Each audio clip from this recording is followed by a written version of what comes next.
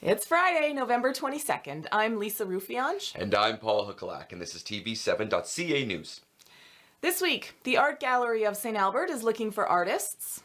The SnowFlake Festival takes place tonight, and Rona is closing its doors. But first. Former City Councillor Tim Osborne's passion for wildlife and portrait photography has taken him around the world.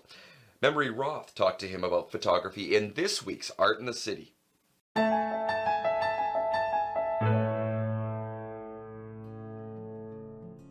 I'm here with wildlife photographer Tim Osborne. Hi Tim, welcome. Hi. Thanks for having me. I'm so glad you agreed. So this is great. So you are a wildlife photographer. When did you first start when did you first become a photographer?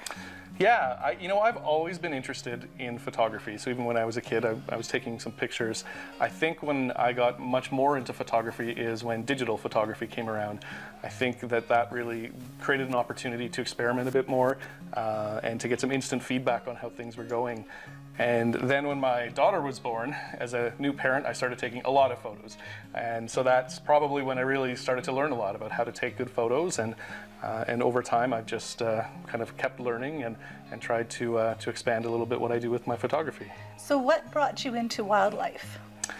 Yeah, I think wildlife photography for me presents a really unique challenge. You are working in completely uncontrolled settings. Any photography I do with wildlife is in the wild, is in the animal's habitat. And so you can't control the environment. And so it challenges you, I think, to both find ways to find an animal and then to capture it, and to capture it in an interesting way that is kind of visually pleasing. So you do most of your work, although you've gone to Africa on safari and whatnot, you do most of your work around the St. Albert area. Is there a favorite spot that you like to go to? Yeah, I spend a lot of time out in Lois Hole Provincial Park. It is so close, it's 5 minutes from my door if I'm just heading out, and I'll take my dog out for a walk sometimes. And rather than walking around the neighborhood, it's great to go out there. I think a lot of people know the boardwalk really well, but what a lot of people don't explore is the forest. So if you're coming in out of the parking lot, you can go down the boardwalk, or you can veer off to the left and into the forest. And I find when you head out there, you just never know what you're going to run into. So I've seen moose, deer, porcupine, coyotes, eagles, hawks. I mean, there's so much out there, and every day is kind of a new surprise. So I love to get out there. I think we're so lucky to have that right on our doorstep. You've been a part of our community for a while. Are you from St. Albert originally, or where are you from? No, my wife's from St. Albert. So I've grown up kind of all around the province, but have lived in St. Albert now for about 13 or 14 years now. You were on council for a bit? Yeah, so I served on city council for a number of years, and so I used to get stopped going around town as, people would, you're Tim Osborne from city council, and now I get stopped, hey, you're Tim Osborne, the photographer, and I have to say the latter leads to a lot more enjoyable conversations than the former ever did, so it's nice to have made that transition as well, but we've got such a great community. It was a real pleasure to serve, and learned a lot about St. Albert when I was on council, and so I think that also led me to explore some different places and to learn more about just what all our community had to offer. So, so you're on social media now, and I saw you at the Art Walk, so you're really getting yourself out there. How can people find you, or find your art, or find your photography, I mean? Sure, there's a few different ways. I've got my website up, which is just www.timosborne.ca. I'm on Facebook, so Tim Osborne Photography, and Instagram @Tim Osborne. So I love sharing and interacting with people. I get lots of questions and comments, and I think it's a fun way to, like I said, I love sharing what I'm finding and helping people just appreciate what's out there, and happy to answer questions and make some connections that way as well. Thank you, Tim, for being with us. This has been really interesting. Thanks for having me. I'm Memory Roth with TV7.ca, and this has been Art in the City.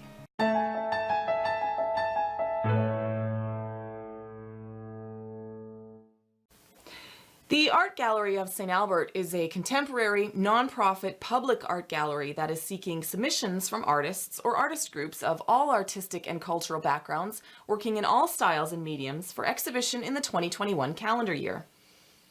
The deadline for submissions is Thursday, February 13th at 5 p.m. And the gallery endeavors to showcase artists who exhibit locally, nationally, and internationally, profiling a diversity of styles and mediums. Artists and artist groups can send submissions via post or online using Dropbox. Submissions will be adjudicated by a panel of visual art professionals who represent a spectrum of expertise in the visual arts. The artist chosen to exhibit at the gallery in 2021 will receive Canadian Artists Representation, Le Front des Artistes Canadiens, or CARFAC, exhibition fees. Currently, you can enjoy the exhibition Haven at our art gallery. This showing features 3 Alberta artists, Mexican-Canadian artist Noemi de Bruyn of Edmonton and St. Albert artist David Scott, and Medicine Hat's Wendy Struck. These artists each use homes and buildings to explore themes of belonging, displacement and longing, and abandonment. Haven will be on display at the Art Gallery of St. Albert, located at 19 Perron Street, from December 5th to February 1st. Now, the opening reception will be on December 7th from 2:30 to 5 p.m. For more information about this exhibition or the call for submissions, check out the Art Gallery of St. Albert's website. And don't forget that tonight is the SnowFlake Festival. The event runs from 6:30 to 9 in the heart of downtown St. Albert. Watch as they light up Perron District with the warm glow of all of those Christmas lights. St. Albert Cubs will be at the SnowFlake Festival, helping keep you warm with warming fires. And in addition, activities include Santa, horse-drawn wagon rides, the SnowFlake Express, a classic Christmas movie, hot cocoa and coffee, and other entertainment and displays. And of course, don't forget the lighting of the Christmas tree. This family fun event is a great way to support local charities and discover the heart of downtown St. Albert. Have you started Christmas shopping? Nope. Me neither. Is it December yet? Is it December 23rd yet? Nope, not gonna happen. Sorry. I can't even think about Christmas until December. I don't know, it's just me. We have started listening to Christmas music, as a matter of fact, on the radio, just because we love Christmas music. No, But- I'm dibsing out. I'm fighting it. All right, what, Christmas music or Christmas? Christmas music. Oh. Not till December 1. Oh, I love Christmas music. It's great. Some of Lowe's Canada's stores, including the Rona branded locations, have been deemed to be underperforming, and as a result are closing. 34 locations across Canada, including 6 in Alberta, are shutting down, including the Rona in our own St. Albert. The St. Albert location will be closing its doors on January 31st. Now, Tony Chiaffi, acting president of Lowe's Canada, has confirmed the stores that are underperforming and that their closure will help the hardware chain maintain the profit margins they need to reinvest in their future growth. I can't really say I'm super surprised, are you? No. I mean, it's terrible, but we're losing so many stores in St. But Albert. it's the big box stores, and it's not. It's important to understand that it's not a St. Albert thing. It's a business thing. It's a marketing thing. It's a technological thing. It's An economical. It's an economics thing. It's the nature of the world right now. Well, So when are we going to get out of this? yeah, well, stop shopping online, maybe. Possibly. And you can check out Rona in St. Albert before January 31st. January for 31st. Likely some pretty good deals. I'll bet. Shoppers Drug Mart Citadel Village near St. Albert Hospital is celebrating their 1-year anniversary as an enhanced beauty boutique. They're having a casino-themed event taking place November 22nd from 5 to 11 p.m. Attendees will receive a gift, be able to spin the wheel for a prize, and get some gifts with purchase. There will also be refreshments, Secret Santa mail-outs, a selfie station, and goodie bags to win by visiting brand stations and getting playing cards to make a poker hand. They'll be decorated for Christmas and have a red carpet. Now stop on by, take advantage of some great promotions, and maybe get going on that Christmas list like we were talking about earlier. That if you're like me, you haven't even touched yet. Me too. Yeah, we talked about it. It is what it is, and it's not December, so I'm not worried. Go team. Yeah. St. Albert RCMP are once again seeking the assistance of the public in identifying 2 males responsible for the theft of a Helly Hansen woman's jacket worth over $750 from Sport Check located in St. Albert. On September 19th at approximately 11 a.m., 2 men entered the store, picked up the jacket, and left the store without paying for the merchandise. The males are described as Caucasian, with dark short hair, medium build, and one of the males has a face and neck tattoo.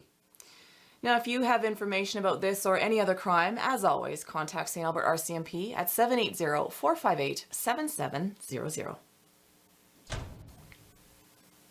The city will be unwrapping its annual Toys for Tickets campaign to support less fortunate families across St. Albert.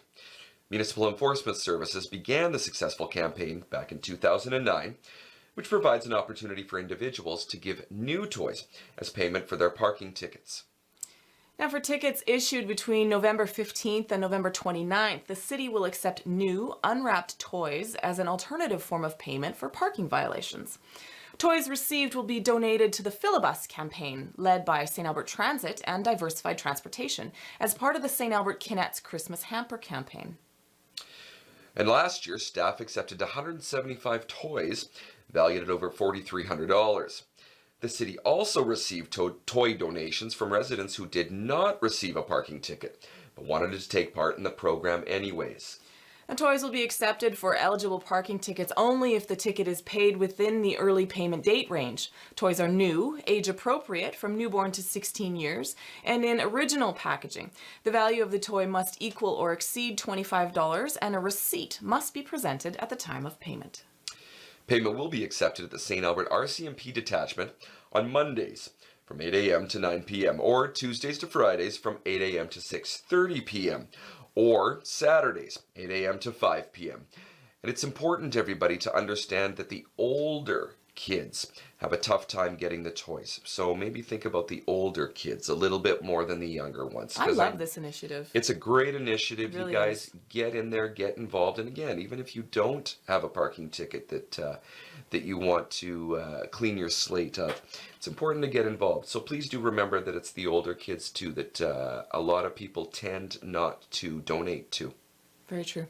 Well said. And as always, with some great advice, here is Krista Lucier with our this week's financial focus. I want money. If you're wondering if you can gift cash or property to your children tax-free, you should know that not all gifts to family are treated the same by CRA. Here's what you really need to know. The good news is you can gift cash to your children with no tax consequences to yourself or to your kids. This is an excellent way to help your children with immediate cash needs or to reduce your estate while you're alive. That's the easy answer. However, in my experience, there's always a reason to dig a little deeper with a question like this when you're talking to a family. Are you gifting all of your children equally? And if one child is receiving their inheritance early due to unforeseen circumstances, is this child fully aware that your estate will exclude them? Do you want to attach strings to the gifts, for example, if you don't want your children's spouse to have access to any money that you've provided? And are you going to need any of this money in your retirement future? Gifting your home would be deemed a sale in the eyes of CRA. But as your principal residence, there are no taxes owing by you or your children. Again, I urge caution when doing this. Transferring a house into the name of several children could lead to problems down the road. What if the siblings don't have the same behavior when it comes to money and assets? Life happens, but you need to think about these things. Transferring your condo investment property will trigger capital gains for yourself. You'll be deemed to have sold the property on the date of transfer, and the fair market value of the property will result in capital gains to you. The fair market value will be deemed the cost of the property to your children. If your children live in the condo as their principal residence, they may be exempt from paying capital gains when they sell the condo, but other owners will pay capital gains if handed over. This is a very complex tax issue, and it is important to get some financial advice on things around estate planning. A lot of people leave that to the last minute, along with wills and power of attorneys and those sorts of things. It's not a comfortable conversation to have, but it is an important one. So make sure that you've had discussions with people about planning. Make sure you talk to your family about who's willing to be your executor. It's a big job, and make sure that you know what the tax consequences are with your inheritance possessions when they're handed down to your children or your family. I'm Krista Lucier with Preferred Tax Solutions, and this is TV7.ca. I want money.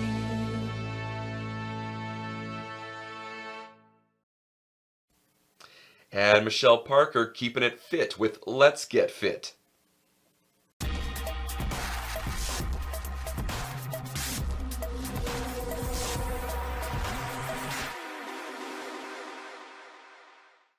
Find your posse. Rock out, work out. Looking for a fun new workout that's been hitting St. Albert and their surrounding communities? Check out Pound. Pound is just one of the many different classes hitting our neighborhood. And who knows, maybe it's got what it takes to get you moving and grooving. Not only is Pound a great total body workout that incorporates cardio and strength training into one fun-filled workout, it's also about building your posse. Building your posse can be an important element to any long-term fitness plan. So building your posse, aka your support network, is a dynamic process. And the more your support network grows, so does your likelihood of reaching your goals, perhaps even surpassing them. So grab a friend, family member, or a colleague and check out a class near you. Whether that class is Pound, an indoor cycling group, or perhaps a Learn to Run program at your local running room. And once you get there, introduce yourself to someone new. Grow your posse and feed your potential for living a healthier and happier you.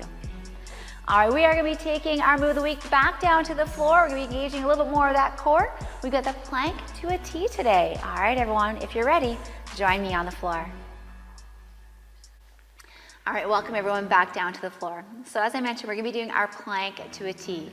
So we're going to be starting on our forearms, or you can do this from your straight arm, whatever works best for you today. So again, those options, you can be done from a straight arm with your wrist and your shoulder nicely aligned, or you can bring it down to those elbows.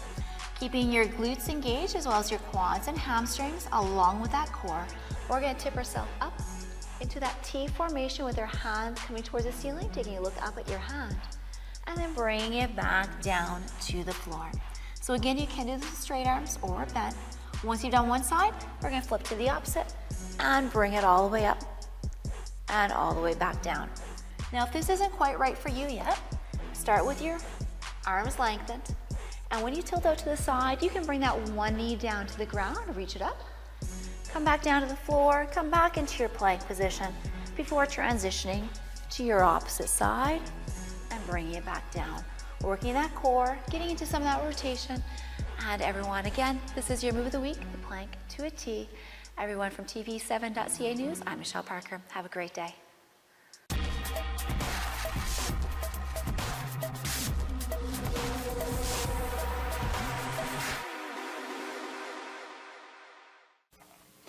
Well, that's it for this week. If you have any community events or news you'd like to share with our viewers, as always, feel free to reach out to us. Email at news@tv7.ca. From us at the station, I'm Lisa Rufiange. And I'm Paul Huckelak. Have an amazing week.